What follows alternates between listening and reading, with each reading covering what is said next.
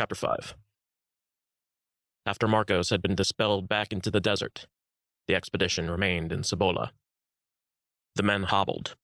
They were bitter and exhausted. And for 2 long and hard days, they rested in the pueblo. They found corn and other grains, white flour and dry beans, all of which they took and consumed. During those days, the hot sun lingered with a humid and stifling air. The sun disappeared amongst the denser clouds and resembled an old man who was about to die. Coronado sat next to a dying flame and held his bandaged head in his hands. Having healed from his wounds, Coronado finally stood on his own doing. He walked along the pueblo in a staggered, trance-like state. He walked back and forth through each fire. The bloodstains on his bandage turned dark purple, and his protruding jaw struck like a mighty shadow. A man approached in the darkness. Coronado nodded. Castaneda spoke in pauses, stammers, and stutters, but Coronado remained calm and answered him. "Sir?" "Yes, Castaneda." Has the Viceroy?" "No," said Coronado. "No, he hasn't." What's the what?" "Your next command, sir." "I don't know yet," said Coronado. I don't. Give me another night. I need more time." The next night came, and about 30 men, including all the captains, arrived at Coronado's fire. They stood befuddled and waited for their orders. Coronado looked at them all, but he failed to say a word. Then he closed his eyes. The women rushed in, proceeded to his wound, and wrapped fresh bandages along his forehead. Coronado looked at his men, and then pointed his finger. He was still in a daze. He dipped his head and tried his best not to fall down. Cardenas approached and took over.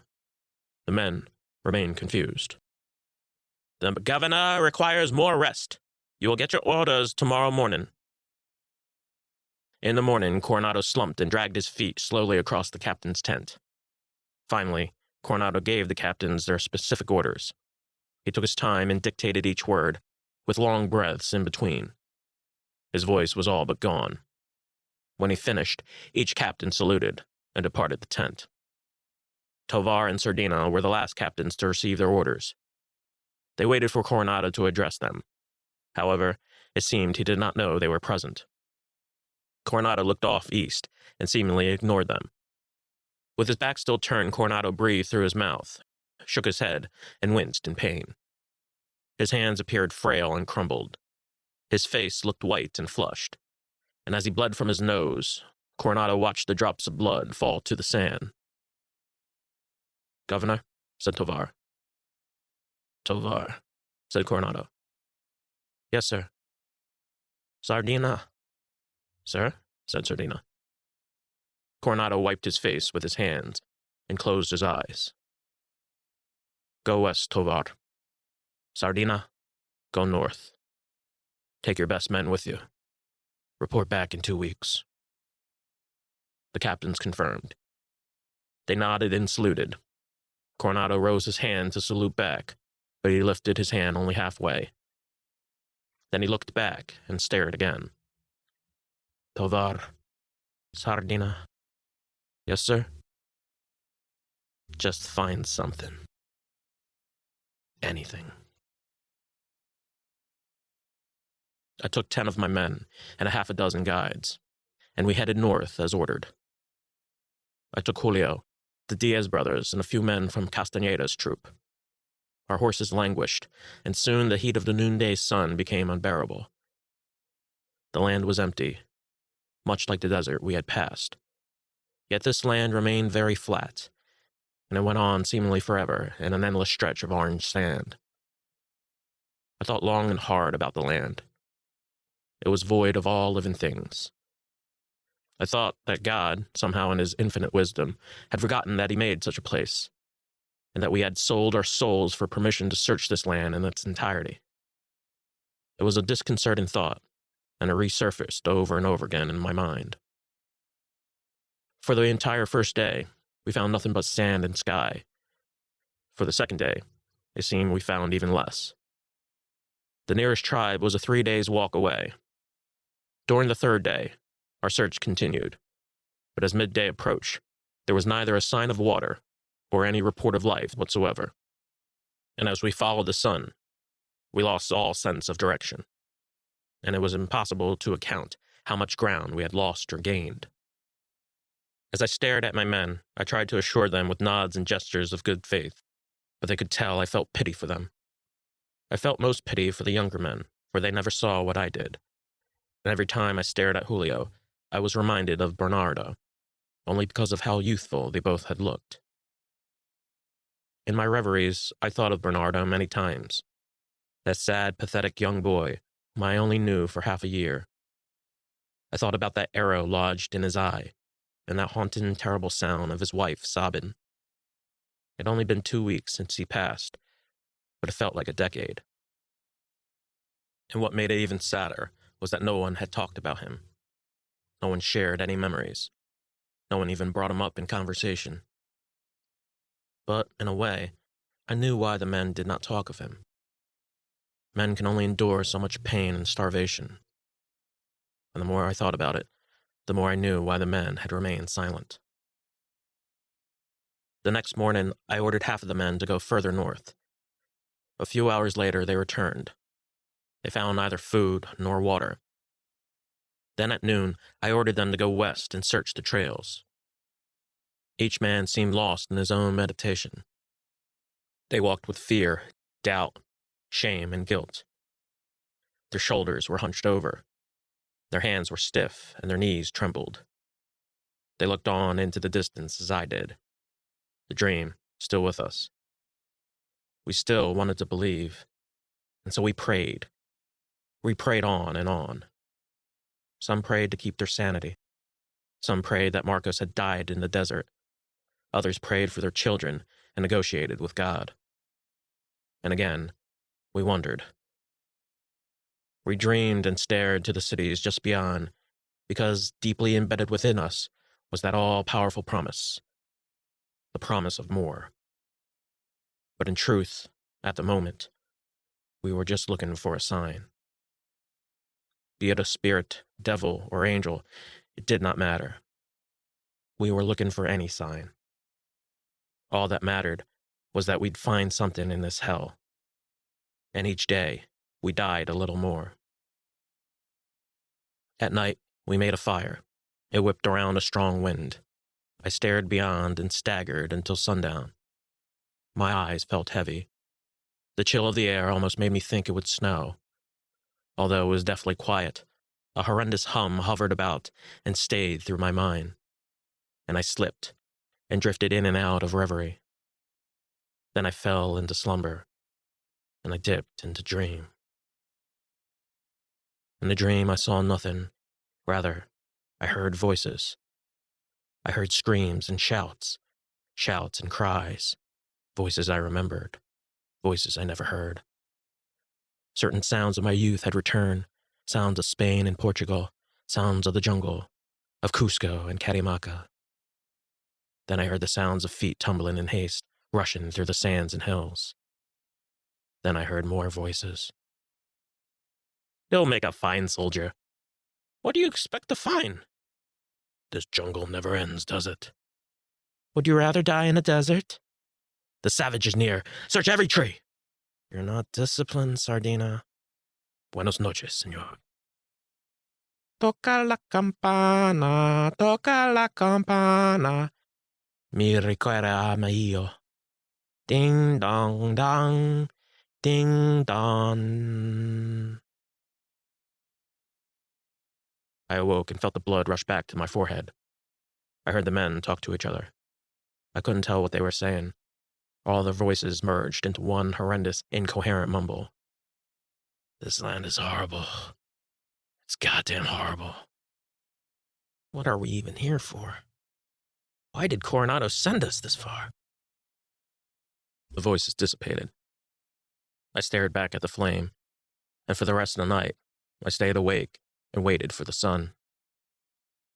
Another morning came. I ordered the men to leave me alone, and I tried to clear my mind. I looked out for about 5 minutes. then for another 10. And then it changed. And there we found him. It was a native. He was tall and lean. He stood erect, and he darted his eyes towards our direction. The men pointed and gawked. We got a closer look. The men shouted at him, but the native remained standing. The native's headdress reminded the men of the Grand Turks who stole the Holy Land. We surrounded the native and gathered the guides. The native did not blink.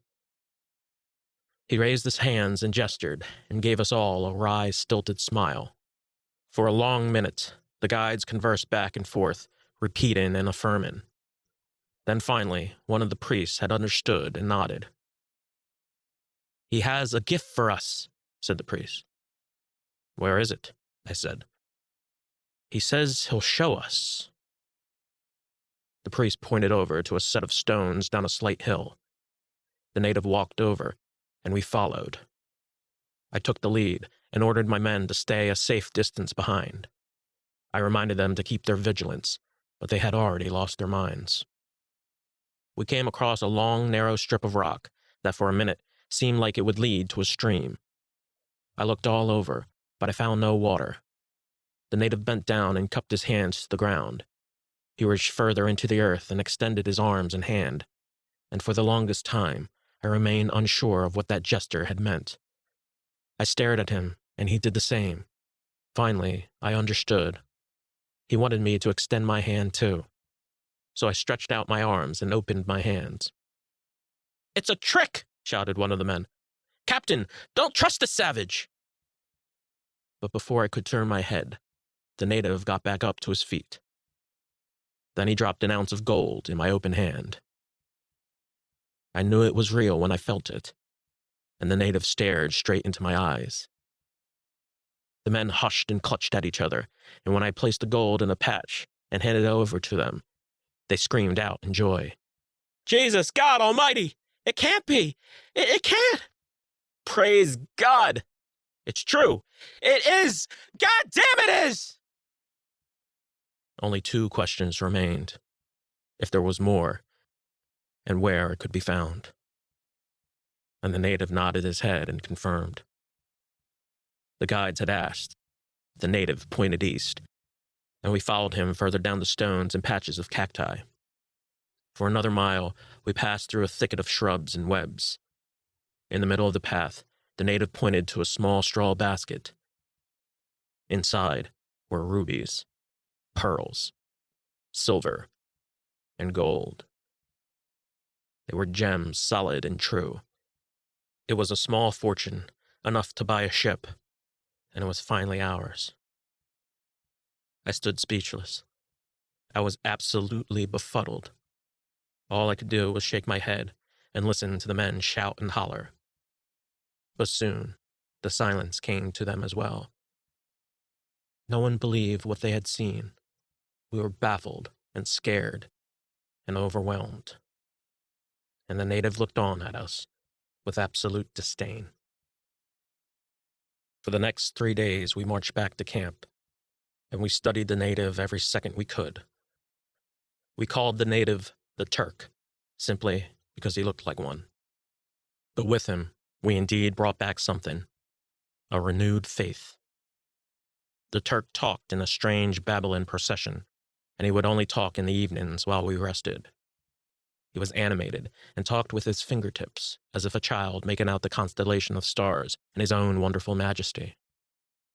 When the translators asked what land the Turk belonged to, they responded cryptically. "The earth is the Turk's homeland. He roams as he pleases." I couldn't imagine a native so tall and deranged, but that was the Turk in his essence. Looking into his eyes was a kind of maniacal addiction. There was a certain pull his eyes had possessed. They were wicked and strange and all too alluring. They shifted like the tides of the ocean. They were dark and evil. They were exciting and irresistible. He was a natural wonder to behold, and he was ours, and ours alone. The next day, I saw an approaching storm. The sky turned purple and dark.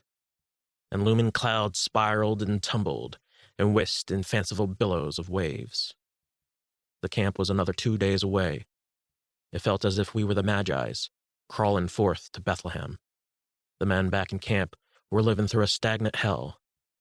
But now, we had a gift for them. It wasn't a panacea.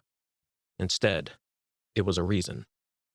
It was a delirious reason to keep the dream alive.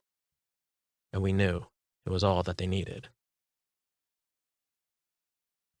In the days that followed, Coronado's health improved. The gash on his head had healed. The medics cleared for him to conduct his daily activities, and for the remaining days, Coronado paced through the pueblo and made his rounds around the camp with his head painfully held up high. At noon of each day, Castaneda met Coronado and read thoroughly from his quilled ledger. He ran through the litany of specific details and events, which was composed mostly of inventory accounts and news of the captains and their progress. Coronado had a hard time listening and focusing.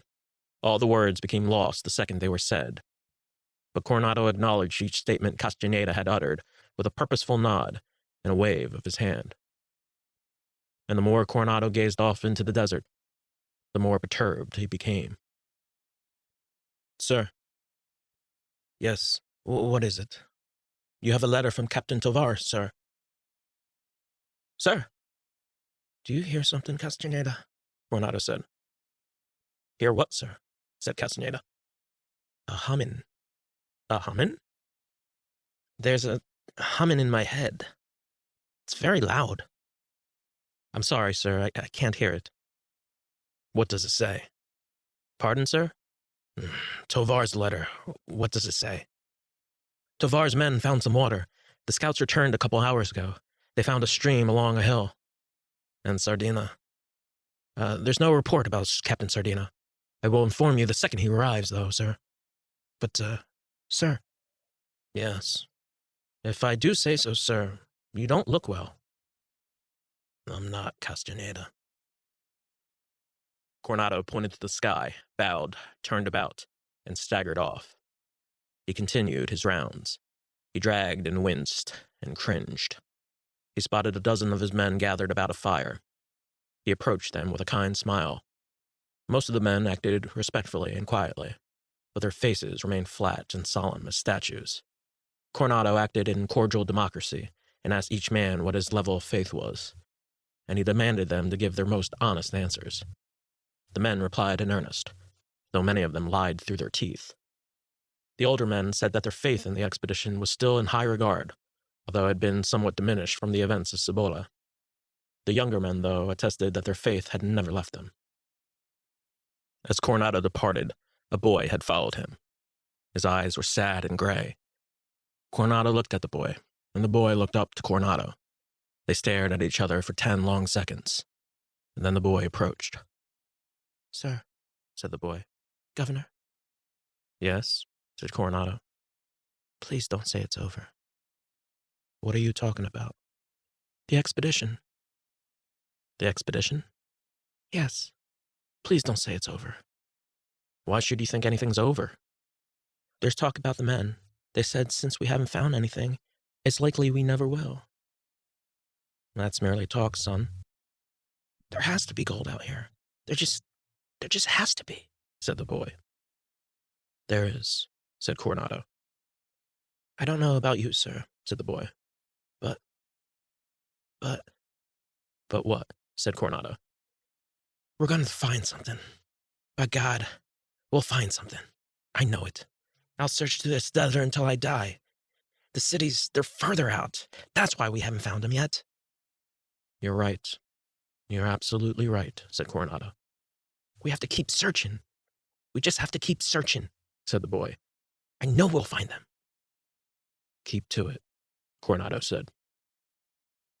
When the boy finished, Coronado patted him on the shoulder and gave the boy a look of conviction and certainty. Then Coronado departed. As he made his way over to the stable, Coronado mounted on his horse and peered back to the desert. He looked in each direction. He looked south, back to the mountains. Then he turned southwest, back to Mexico, back to Compostela. Then Cardenas broke his trance and tapped him on the shoulder. Forgive me, sir, said Cardenas, but I just can't get it off my mind. What? What is it? Marcos. Marcos? Yes. We should have killed him when we had the chance. That's in the past, Cardenas. You know we couldn't kill him. But look where he led us. He lied. Not just to the crown, but to all the men here. He lied! Killing him would have served no purpose, said Coronado. It would have brought morale, said Cardenas. Look at the men. Do you see how sad they look? They're beaten. If you would have killed Marcos, they would have loved you more than any man alive. I couldn't, Cardenas. What would the church say if I did? The church would have forgiven you. I highly doubt that. Marcos is still a reverend. Having his blood on my hands would only be further punishment. I don't see it like that. But before Cardenas could explain, Coronado snapped and pulled his reins. His horse neighed loud and hard. Enough of this talk. Go back to your men, Cardenas. A minute later, Coronado made his way inside his tent. He found his quill and the letters that he left unfinished. The first letter was to the viceroy.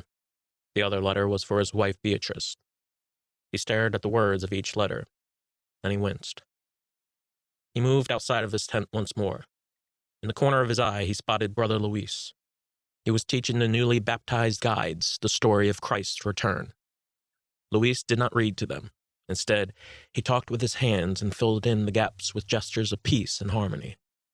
When Luis finished, he dismissed the guides and bid them peace. And when they left, Coronado approached and sat on a pile of dry clay. Then Luis turned to Coronado. He noticed that his eyes were light and soft, and that his front teeth were missing. And Coronado, too, noticed that the brother's face looked extremely pained, frail, and old. It seemed as if Luis had aged 10 years. You teach them well, Luis, said Coronado. I teach them what I know, Governor. What I believe. What we believe. Is belief hard to teach? Yes, it's the hardest lesson to learn. Why is that? It just is, said Luis. We all have our doubts, some more than others. You seem pained, brother. Is there something wrong? I don't know if I could go on, sir. Not you, Luis. Why? I fear we're lost. Aren't you a shepherd, Luis? He did not respond. Coronado stared long and hard. You can't be lost, Luis. You've seen the cities. Yes, you've seen them with your own eyes. Luis drew long and heavy breaths. He searched for the words. They came late and broken. I've seen them. Yes, of course I did, Governor. I've seen them. Then why worry? It's the men, Governor. What about them? Men can only take so much failure. Men need to see. Coronado looked out, but he did not gaze. We need you, Luis. Don't leave. You saw what Marcos saw, yes? You know what's out there. Yes, said Luis. In your heart, can you still see it? Yes, Governor. Then that's all that matters. Then Coronado let go Luis's hand. And rather than wait, Coronado got up to his feet and leaned his hands on Luis's shoulder. You're a better priest, Luis. You're a better man. We need you. Pray for me. Pray for Marcos. Then Coronado turned about and walked back to his tent. When he arrived, he sat and stared at his unfinished letters. And after a minute of discerning his writing, Coronado set both of the letters to a flame and started over. He grabbed his pen, dipped it into a vial of ink, then took a piece of parchment and penned the top of the page. Dearest Viceroy Mendoza. He stared at the page for a long minute. It took him several more minutes to write the first sentence. Then he reached for a bottle of wine and took a generous swig. He reached for another piece of parchment and headed the second letter. My beloved Beatrice. The page remained blank. He glared at both letters and tried his best to keep his eyes open. He took another swig. The parchments seemed elusive yet familiar, as if they had radiated from a spiritual realm that he alone could understand, as if his mind decoded them in a secret time long ago, as if they were already written, and it was his obligation to remember. But still, the pages remained blank, and they stared right back at him, as the ink smeared his hand. Another minute of silence elapsed, and as Coronado rested his head near the flame, he drooled and tried to move his pen. It took him quite some time, but finally, the words came. Dearest Viceroy Mendoza, Your Majesty will accept our humble and honest reply. It is with great hesitancy that I write this letter, for what I have to report is little less than terrible. It's been 5 months since our expedition left Compostela, and I regret to inform you that we still have not found the 7 cities, nor anything close to them, or the presumed form. God knows that I wish I had better news to write to your lordship and his majesty. However, at the present time, I simply have not. I also regret to inform you that our trust in Fray Marcos and his claims have been severely compromised. Henceforth, the only thing we know for sure is that Fray Marcos has not told an ounce of truth, except to the names of the cities and the large stone houses that we had subdued exactly 1 month ago. The friar's claims have been invalidated, and it was agreed upon all persons involved that Fray Marcos be dismissed, and thus he departed from our company exactly 1 month ago.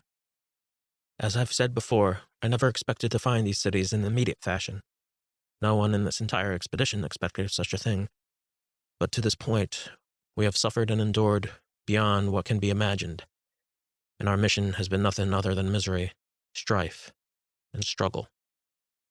Yet, with all this horrendous misfortune, each man in this expedition continues to show great courage, and I'm very proud of them. They are truly exemplary Christians who possess a great, undying spirit. I know that the struggle we have endured these past 5 months has made us all stronger men, and our resolve is the only constant that keeps this expedition going. I myself shall not think of stopping until my death, and the same is true for every man. We will not yield to any invader or temptation. We will find the entirety of these illustrious cities, and I promise to find them very soon. Your humble friend and faithful servant, Francisco Vasquez de Coronado. From the Provost of Cibola in this city Granada, 3rd of August, 1540. As he finished the letter, Coronado sat upright, reached over to his side, and carefully placed a piece of parchment to his chest. Several minutes turned into an hour. He managed to write 1 word in all that time. He stopped almost every minute and lifted his head to gaze off into the distance. His quill dried out. He filled the nib, tapped it, and went at it again. He knew the words would come in their own time. He scratched at the page and slowly mouthed the word aloud. Beatrice. A half hour passed. He managed to write 1 complete sentence. It was an important one. It was perhaps the best sentence he had ever written, but he crossed it out and started over. Then a scout entered the tent and interrupted his concentration. "Sir," said the scout, I've a letter, sir." Coronado glared, and the scout placed the letter on the ground, saluted, then departed.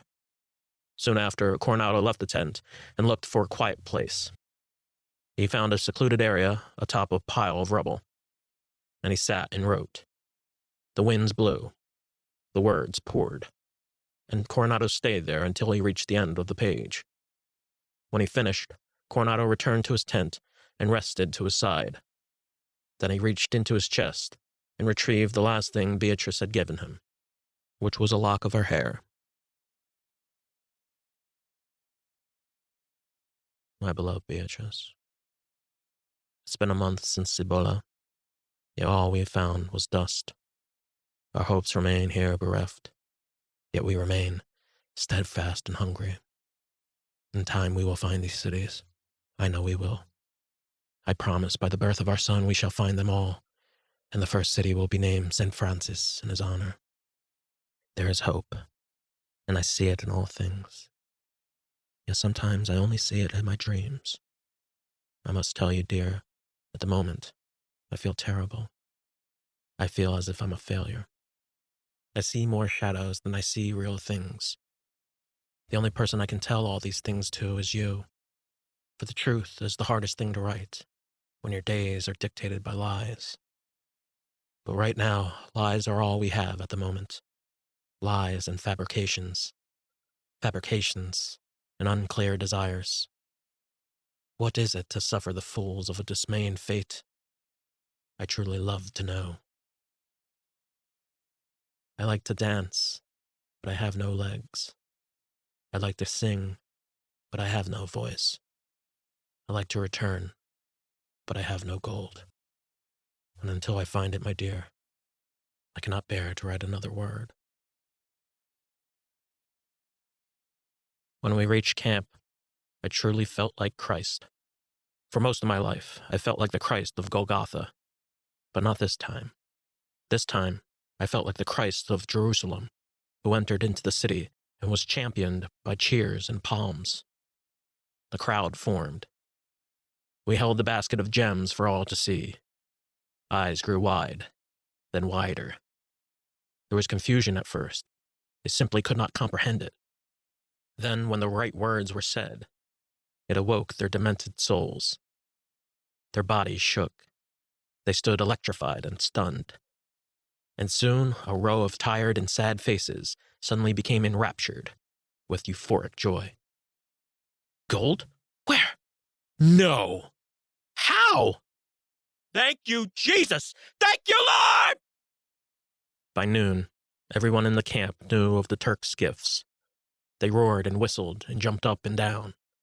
They laughed and broke out in snickers and yelps.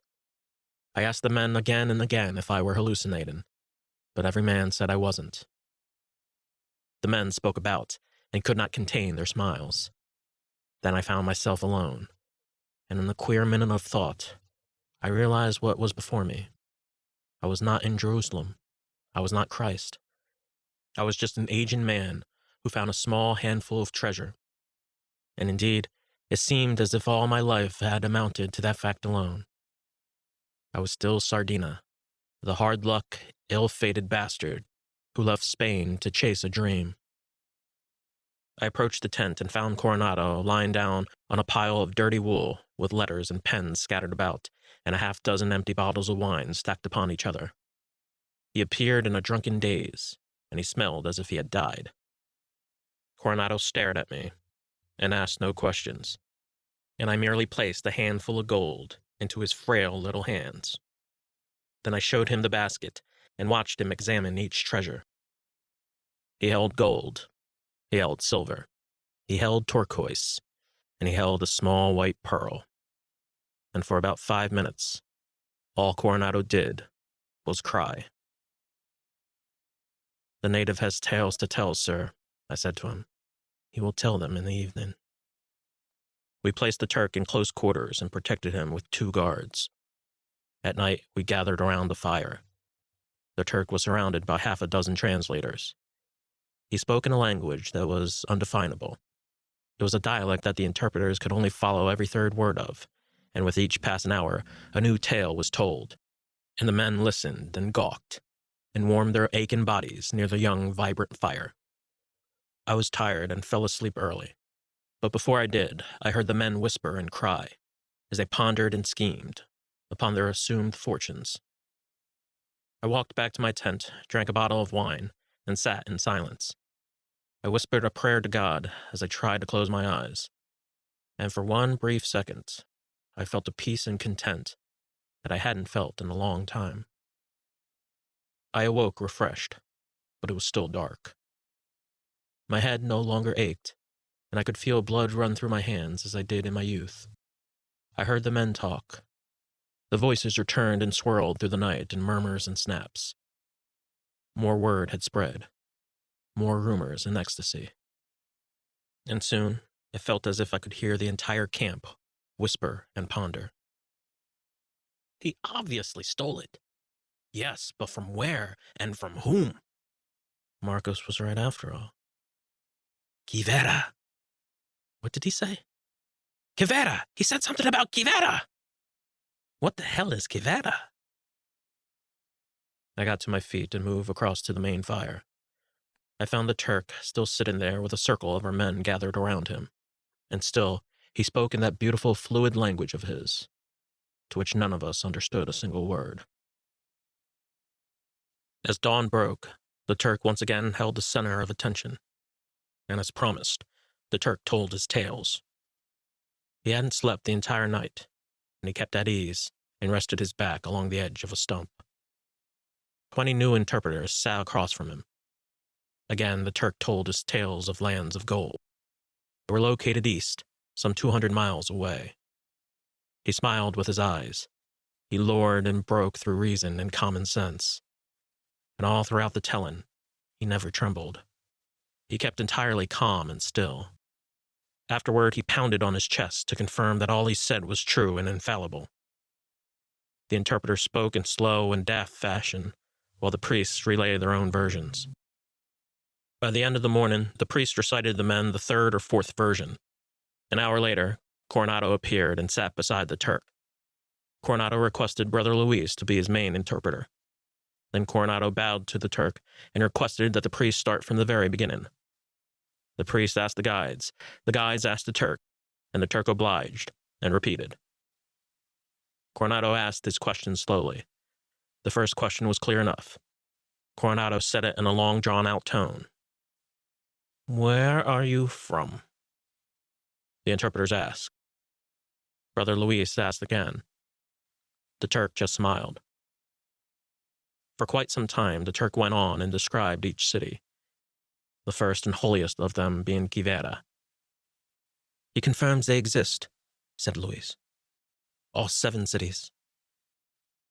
The Turk went on. His words muddled. He shouted and repeated a phrase over and over. "He says Cibola is the last city. He says Quivira is the first. He says it's a golden land that leads to a golden sea." The interpreters and Brother Luis remained perplexed. The Turk sat vexed and quietly shook his head. The men fixated on his eyes and were again mesmerized. And Coronado, too, fell into a deep trance. "What is he saying, Brother Luis?" asked Coronado. "Through a canyon? The cities? But then it does not... Not sure what he's saying, Governor. Wait. A land beyond emptiness. Quivira." "Go on, Luis," said Coronado. Luis continued. "But Quivira, like all great cities, heavily guarded. There are warriors who fight with golden spears and arrows, and they sleep with golden women." Brother Luis continued. "A shaman from the north had a vision, the vision of a great warrior and his army conquering Quivira, and they are here, and the vision will now be fulfilled." "What vision?" asked Coronado. The Turk muttered some more. "The Holy Conquest," said Luis. The Turk spoke again. He looked at every Spanish eye and raised his hand. "He says it has already been written," said Luis. The Turk spoke more. Luis relayed. He says he will be our guide. He says he will take us there." The Turk pointed to himself, and the Spanish smiled at his preposterous gesture. They leaned in closer. "Ask him to repeat." Brother Luis asked the guides. "Ask him where," said Coronado. "Where? Where? For God's sakes, ask him where!"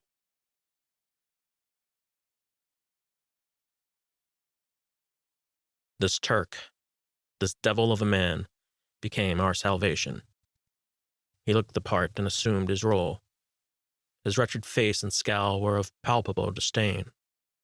But he was a bastard we believed in more. For at the time, he seemed much more. He seemed a strange deity, and he led with his eyes. They were powerful. They were all too alluring, but too damning. Some had called the Turk another Marcos, another demented soul with no sense of common moral. All of the men had believed in him, but no man believed more than Coronado.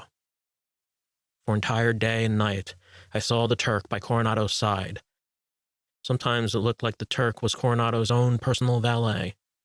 Other times it looked as if they were brothers of madness who understood all the realms of heaven, life, and hell. Whatever was the reason, there was a true and definite comfort the two had shared. Whatever was the reason, they had bonded immediately. As the interpreters gathered round, I saw Coronado's head bob up and down as he listened to the Turk babble on. It looked as if his head was floated in still water. He drooled and grinned like an infant. One time I saw the Turk smile and slap his knees, and I saw Coronado mimic and do the same. Clearly, it was a private joke they shared. They laughed and buckled and laughed again, shouting and howling like wolves in the night. And soon the Turk and Coronado began to sing a song. It was a drunken, incoherent song that held much meaning, and they sang it over and over again. And still, the Turk stood present at Coronado's side like a trusted advisor. It seemed as if they had shared a secret, some perverse, obscene secret. Perhaps the secret was the purpose of life for all we knew, though it might have been more. The next night, however, I saw Coronado alone. He was quite drunk. I found him talking to himself as he paced around the camp with a sword in his hand. He murmured and looked up to the stars. He grunted and sighed. Then he roared and screamed. Then I saw him lay on his back. "It's not far. It's not far at all." And it was only then that I knew just how lost we all were. In the morning, I was summoned to Coronado's tent and was met by Cardenas. He glared at me for a long time, not saying a word. He was trying to look right through me, trying to intimidate me, but I merely glared back at him and scowled just as hard. Then we both looked away. Coronado approached and talked with Cardenas. I eavesdropped on their conversation. They talked for about 5 minutes, and I looked west to the sunset. "This Turk knows," said Coronado. "Knows what, Governor?" Cardenas sighed. "Don't you see we're going in circles?" "That's your opinion, Cardenas." "No, it's not. It's a fact." "So you don't believe Cardenas?" "I don't believe in him." "What don't you believe?" "All we have is hearsay, sir. It's exactly like Marcos." Coronado took out the box of jewels and handed it over to Cardenas. "Is this hearsay, Cardenas?" "No, it's not. This is real. I can see it. You can feel it, can't you?" "I just don't want him to turn out like another Marcos. That's all." "I understand," said Coronado. "This treasure, wherever he found it, is certainly not enough for one man. But not 200, and certainly not enough for their families. I need more proof. Where is this land? Where are these goddamn cities? If the Turk can prove that, then I will retract everything I say. But until then, I don't trust him at all." Cardenas departed. I approached and saw Coronado deep in thought. Then Coronado looked back to the night's fires, and he gazed the familiar gaze. "Cardenas is right about one thing," he said. "Right about what?" "He's right that it's not enough." He picked up the box and picked out a ruby. Then he tossed it up in the air. It landed in my hands. "This Turk has to prove himself some more." So the next day, we set forward again. We went west, upon a gathering of stone and sand. The air smelled like raw shit and rotted embers. And when I moved away from the horses, the unforgivable, horrible stank stayed with me and intensified. I stared at Coronado. Normally, I always sensed a tense and nervous anxiety from him that I attributed to his general personality. During midday, I heard them talk amongst each other. However, there was no translator present. It was the oddest exchange I had ever seen. Watched the two babble on with each other. For a minute, I thought of the two as long-lost lovers, most likely in a past life, but they were now living in the absurd times of the present. They seemed to be lovers in a quarrel, to be lovers beyond reason and rational thought, but nevertheless, they found each other, and held each other in a strong and passionate embrace, and had left the rest of the world behind. It was a romantic thought, but I entertained the thought for many days on end. Given how much wine I consumed the prior night and the previous morning, and given how horrible the heat had got, I was used to my mind conceiving incredible and ludicrous ideas. And this one was no exception. At noon, we trekked the stark, hot sands. We walked for 2 miles. The men shared their doubts. Some hollered. Others merely spat and shook their heads. "We've gone enough west, don't you think, Captain?" said Julio. "I believe so," I said. Then I heard Coronado yell. He was drunk. He spat and slurred his words. "Show us your treasure, great Turk. Show us hence." As we went down another mile, the Turk pointed to a large set of stone paths. The guides confirmed. Below was a pass that led to a rock quarry. It had been hidden beneath a nettle of moss and cacti. We slashed through and found an opening to a cave. We all studied the cave. It was inexplicable. It seemed we had passed by it before. I ordered Julio to go in first. A minute passed. We waited and said a private prayer, and Coronado pointed onward. I ordered my men to search through the pass, and they all went inside. Cardenas and Tovar's men soon followed, and their smiles were as grand and wide as the day they left Compostela. I turned to the Turk. He laughed and snarled. He snorted and smirked. And then it happened. It was Julio, and in his hand rested a golden cross. All gathered and cried. It looked exactly like the cross Marcos had carried back to Galicia. It was about 2 feet in length. It was shiny and smooth, and it glistened. But most of all, it represented the reason, the only reason we trekked so far.